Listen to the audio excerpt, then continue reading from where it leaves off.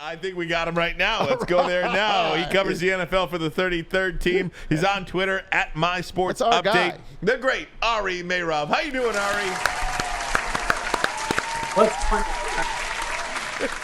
Hey, Ari. I've never had an applause. Is that new? I feel like that's new. That's a new applause, yeah. We figured you were on. We wanted to add that in. Hey, man, I just want to say thank you last night for that wonderful text I got around 11 o'clock, 12 o'clock. You knew I'd be up, and you knew I'd be excited for the Lions. Listen, you got on the Lions train early, man, so you are officially with us. You are in the Lions den, my friend. I mean, I was on the Lions train early, but I never expected them to be the first game of the year. I mean, this is like a different level of getting on the train right now. This is the NFL going from 0 primetime games on the initial schedule to putting you on the first game of the year. Back-to-back NBC regular season games now have been the Lions. I mean, who could have thought that would happen? Week 18 That's last right. year, now week 1 next year. It's a crazy world right now in Detroit. Oh, they beat Aaron Rodgers. Maybe they could beat Patrick Mahomes. Yeah, you never know. And Ari, just what is the significance of the NFL putting the Lions on this stage? I mean, this game has been going on since 2002, this NFL opening kickoff game. And obviously, the Lions have never been involved in it. The last 2 decades have not been great around here. Really, the last 6 decades have not been great around here. But the NFL does view them as a team that is interesting, exciting to watch, and good. Do they not? No, of course. I mean, there were definitely a lot of different options they could have picked from. I mean, you had the Super Bowl rematch. You had the AFC Championship rematch with the Bengals. You could have done the Bills. You could have done the Chargers. And they picked the Lions. There's multiple reasons behind it. First of all, the Lions were a really good team to end last year. There was a lot of excitement building up. And like we mentioned a lot of times here on the show, this is a team that not just Detroit loves right now, but all of America kind of really likes them. So I think the NFL realized that. But besides for that, like I mentioned, there were other options which might have been a juicier game, especially considering the Chiefs and who they played in the playoffs and all of that. But the NFL also realizes that the first game of the year, you could basically put anybody there, and they're going to put up gigantic ratings. So they were like, you know what, the Lions are a great story. Let's put them here in week 1, and we'll kind of save that Eagles game, that Bills game, and that Bengals game for week 8, week 9, or whatever it ends up being. So they kind of, settled on the Bills being an exciting team, but they saved those other bigger games for later.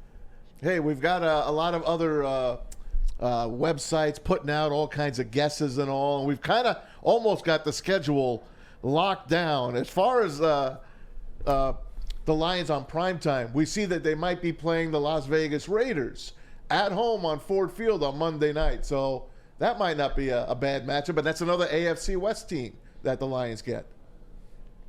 I mean, I'm still trying to figure out over here what's real and what's not when it comes to some of these things. I've seen there could be as many as 3 primetime games for the Lions. And, I was talking to somebody in the league about this, about primetime games, and it's like you realize like all of the teams and the players would love to just have the 1 o'clock games, just like Detroit had last year. Like the teams really want. So the fans obviously love the whole primetime element. You're in the spotlight. Everyone is talking about you, and it's great. But for the first time in a while, the Lions are going to get that primetime treatment. And the crazy thing about having the first game is the lead up for the entire season now is going to be about the Lions. Like, we're going to be talking about that Chiefs-Lions game. We're going to be talking about Dan Campbell. We're talking about Jared Goff. Not just us, but I'm talking about the entire national media. We'll be talking about that game in particular. And it's going to be the focus basically until we get to that September 7th night. Everyone will be talking about Chiefs versus Lions. Talking to Ari Meirov of the 33rd team, covers the NFL for them on Twitter at MySportsUpdate. Ari, we were just talking before, and again, we'll confirm all this tonight, but somebody we think released a Packers schedule as well. And 5 primetime games for the Aaron Rodgers-less Packers. 6 if you count Thanksgiving. Thank you, Tom. 6 if they count Thanksgiving. I cut you off again. Pretty incredible. Yeah, that is an accurate one. Match Hyman does a great job for The Athletic. Got it really early. Shout out to him. If you recall, when Tom Brady left the Patriots still got, I think, 5 primetime games with Mac Jones, which was like, or was it Cam Newton? It was one of those, but whatever it was. They still got 5 primetime games without Tom Brady. So Green Bay is a big market. They do always drive pretty good ratings regardless. Now, what the NFL is hoping for when you put up that schedule right now is that they don't turn into what the Broncos were last year for Russell Wilson, where it basically became unwatchable. So they're banking on Jordan Love at least being something in Green Bay, and they're going to be competitive in the NFC North. And if that's the case, they're going to be perfectly fine with it. I mean, if we go back to last year, the NFL kind of made a couple of mistakes with the teams they thought would be good, ended up being pretty bad. The Rams were one of those teams. The Colts were one of those teams. We mentioned the Broncos as well. So they're kind of betting on the Packers without Aaron Rodgers being a good enough team where they're going to be watchable. And we got to see Jordan Love a little bit last year on Sunday night against the Eagles when Aaron Rodgers got hurt. He looked pretty good, and the Packers are clearly all in on did trade Aaron Rodgers. So the NFL is all in on him, and we'll see if it works out, because if it doesn't, we'll be hearing a lot about it come November, December. Hey, we would not mind seeing another battle between Jared Goff and Patrick Mahomes like we did a few years ago in L.A. when it was supposed to be in Mexico City and they had to move the game back to L.A. I remember there was smoggy and the teams looked awesome, and they put up 50 points, 55, like 52-45 final. That would be pretty nice, and I think the Lion fans would love to see that out of Jared Goff. That is what the NFL is really hoping for with that game. Yeah. If they get anything close to that, this is like the biggest win they've had when it comes to scheduling the first game of the year. That is, it's asking for a lot, but let's put it this way. You have Andy Reid, who off a bye, which I guess this is like the biggest bye you can get coming off the off season, is always going to draw up some really fun things. And you have Ben Johnson coming back with this offense, and Jared Goff coming back, of course, after his resurgence here last year. So everyone is kind of hoping that we get that. I mean, this is what the NFL wants. The NFL wants offense. They want scoring. I mean, they couldn't stand, what was like a 3 to 4 week period last year of Thursday Night Football where there was like literally no touchdowns for like 40 possessions in a row. It's pretty bad. So they're hoping that the this Lions-Chiefs game turns out to be that type of a battle, where it's going to be like a 35-32 final or even higher, whatever it takes. The NFL wants scoring. They're protecting the quarterbacks. That's what they really want, and these two teams could do that, and they definitely see that. Yeah, Al Michaels fell asleep on those Thursday night games in that period. I kind of think he almost retired during that Thursday night game, right? Hey, Ari, I wanted to ask you, while we're talking about the Chiefs, and they're going to be all over the place on these primetime games, obviously they have the best player in all of football in Patrick Mahomes. I saw you talking yesterday about his contract situation, and I think that's such an interesting topic because the 10-year $450 million, it sounded so big just a few years ago, and now it sounds so small. Amazing. So what do the Chiefs do there? What is the sweet spot? What should they do? What do you think they should do? Yeah, I mean, here's the thing, and I didn't mention this in the video, and I probably should have. The reality is they could just do nothing also. I mean, he has 9 years left on that contract, so they really don't have to do anything. And Patrick Mahomes, to be fair, hasn't really said anything about it. Everything that this whole discussion that's come up, it's really because people are looking at the quarterback landscape right now, and he's currently 7th in the NFL in terms of average annual value, and eventually after Herbert and Burrow get paid, he'll be down to 9. So if you're going to a salary cap website and you're looking at the quarterbacks who are getting paid and you're like, where the heck is Patrick Mahomes? And he's by 9. It looks kind of bad for the most accomplished young quarterback in the NFL. So what I thought they would do, and I think they might consider this, they're not going to rip up the deal because, A, it's a very team-friendly deal, and it's really part of the reason why they've been so successful up until now, because they've been able to put all these pieces around him and extend a bunch of their core players. What they could do is essentially tack on more money somewhere in those 9 years that are left to basically bring the average up, so it's up to par with the rest of the quarterbacks. So the highest paid quarterback right now is 52 of Lamar Jackson. Mahomes is at 45. Let's say Herbert gets to 53 and Burrow gets to 55. Add more money once those deals are in and make the average look like it's 55 and a half. So it just looks that he's up to par, and you still have those 9 years left where you're able to basically move the numbers around from a cap standpoint, which the Chiefs have done an exceptional job at. So that was kind of my idea of it. And again, they might just do nothing. I mean, Patrick makes a lot of money off the field, which is part of the reason why he's okay with this current deal. The thing is, when he signed that deal, and people don't realize this, it was during the COVID offseason, and teams were saying, we don't have enough money and all that, blah, blah, blah. And he got to a point where his overall cash flow for his contract is ridiculously low. He's made $63 million over the first 3 years of his contract. To put an example, Lamar Jackson is making $80 million in just 1 year of his contract. Wow. So the last 3 years, he's really not made.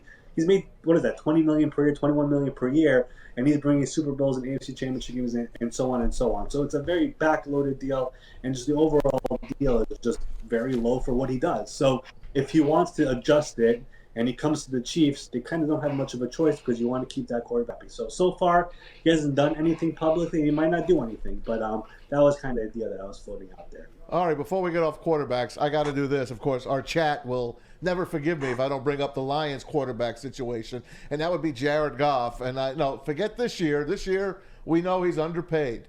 If he does well, wins a playoff game, whatever, what would you do as Brad Holmes going forward now that you drafted Hendon Hooker and he is sitting and waiting in the wings? It's a great question. I mean, I know there was a report out there, or Brad even mentioned it, about starting in extension talks with his agent or preliminary talks or whatever. I'm not sure if anything gets done. Maybe it does, maybe it doesn't. Maybe they just want to see how he does this year. But listen, it's the thing about that trade, with the Matthew Stafford trade, is everyone made it out to be that Jared Goff was just a throw into the deal, and that was really part of getting the extra first-round pick. But people kind of forgot this guy was a former number 1 overall pick. He did go to a Super Bowl. He was in that game, in that shootout against Patrick Mahomes. It's not like he's some scrub who's not good. So last year he finally showed what he was capable of doing. So if he does that again, he's still pretty young. I mean, you guys could tell me what his age is, but I'm pretty sure it's under 30, right? So yeah, it's like 28. Yeah, so he's still a very young quarterback. We have quarterbacks going until they're 35, 40, 45 years old. So he has a lot of years left. So if he proves that he's still capable of being that guy and proves it once again this year, I mean, we know how hard it is to get quarterbacks in the NFL. And if the Lions do make it to the playoffs next year, and we're jumping very far ahead right now, the point is, if that does happen, they're picking in the 20s, right? So your chances of getting a Caleb Williams or Drake May is basically out the window. So Jared Goff is your guy, and he's proven to be the guy. So if everything does go well this year and Jared continues to prove that he is the quarterback we saw last year, I don't know if there are going to be Lions fans out there who are saying, we got to upgrade and find somebody else. Right. He's clearly capable of doing what it takes to get you to the places where you weren't at these last several years. Hey, let's get back to the schedule. Ari Meirov joins us, by the way, from the 33rd team. Check him out at My Sports Update. Ari, the Jets and the Bills open up Monday Night Football this year on the 22nd anniversary of 9/11. We're going to see a lot of Jets this year. What's your take on Aaron Rodgers and the Jets going forward? The Jets are going to be maxed out on primetime games. They will have the Max 6, and they are going to have the Black Friday game, which doesn't count as a primetime game. They're going to have a bunch of 425 games, including Week 2 against the Cowboys. So we're going to see Aaron Rodgers a lot on TV this year. The NFL took a big-time advantage of him coming to New York. And it's interesting because, as a New Yorker, I'm here in New York, and I get to see all this. This is a team that just simply hasn't been that good for a long time. Last time they made the playoffs was 2010, I believe that is, or 2011. That's the longest drought in all 4 major sports after the Kings made the playoffs. So him just coming to New York is like a big deal already because you sense the excitement. Now the part of it is like you're in the AFC and it's a gauntlet. So that makes it a little bit more difficult, and that's why while everyone is talking about playoffs and even Super Bowl here, you got to calm it down a little bit. But this is a team that simply at one point last year they were, I believe, 6-2 or 6-3. They beat the Packers and Aaron Rodgers in Green Bay, and essentially their quarterback, whether it was Zach Wilson or Mike White or whatever it was, Chris Streveler for a little period, it just wasn't it. I mean, they just couldn't get the job done. I mean, they had the reigning offensive rookie of the year and the reigning defensive rookie of the year, and they just couldn't win games. They just couldn't. So now you bring in Aaron Rodgers, and that defense with Robert Saleh was exceptional last year, and with a really bad offense. So if Aaron just does enough, if he plays the way we expect him to play, the Jets are basically looking at this like, we have a really good defense.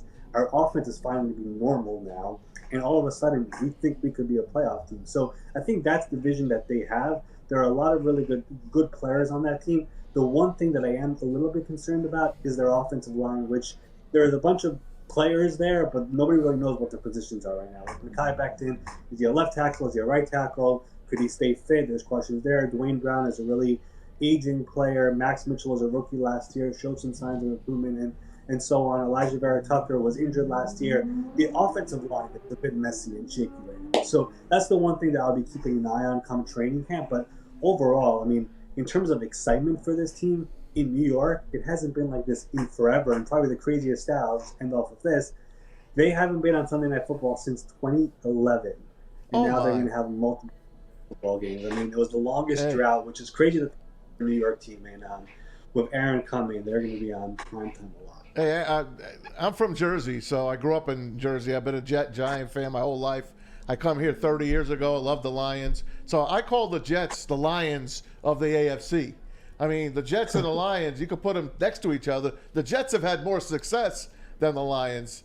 They made 2 AFC championship games versus this 1 NFC championship game. But I feel you, man. Believe me when I tell you. But my time is here. The Jets and the Lions, man, are finally good at the same time. I'm sure you've spoken about it, guys, but talk to Braylon about that 2011 and 2010 year when the Jets were good. Talk about the city and the excitement was there. It's a different level that you'll ever see when it comes to New York, when the sports teams are good. Like we have the Knicks right now, and you feel it a little bit. When the sports teams are good and they're in the playoffs and they're close to making the championship or whatever, it's a different level of excitement. I mean, Brilliant could talk about it all day, probably. Same here. Hey, Ari, last one from me. The NFL is, interested in ratings and a television show. That's why they take so long to wait for everybody to be signed so they can see where everybody is and make the schedule accordingly. If the NFL is a television show interested in the best ratings, who would you think they want secretly, not openly? Who do you think they would want to see in the Final Four? Would it be Chiefs, Jets, Eagles, Lions? Lions? Sounds like Chris Berman. I mean, I think they've gotten to a point where it really could be any 4 teams and they'll be fine. Like, I remember that one year where it was Jaguars Patriots, I think, in the AFC Championship game, and they still did pretty good when it comes to the ratings. That was what? Blake Bortles and Tom Brady. There was a chance that 100 million viewers. So, like, I think it's the end of the world. Which 4 teams are you going to choose? Which brings up the best numbers? I've always really wondered what's going to happen if the Cowboys make it to the Super Bowl in this day and age. Like, I really want to see what the numbers will truly be. It just hasn't happened, obviously. But even the NFC Championship game, I want to see, like, if the Cowboys are there, does the number really skyrocket to a different level the way we all talk about the Cowboys? That's the one that I've always kind of wondered about. They're always in the wild card game. They sometimes make it to the divisional game, but they're always knocked out. Like, if they make it there, is the impact that much bigger is something that I've always wondered, but maybe it happens this year. But as you guys have mentioned, there's some competition there with Detroit. The great Ari Meirov, we cannot thank you enough, Ari. Covers the NFL for the 33rd team. Great info there. It's a great site as well. We invite you to check it out. They are on Twitter at the 33rd team FB, and of course Ari's individual account at My Sports Update. Ari, thanks for doing this, my friend. Thanks, Ari. Having me on, guys. You got it.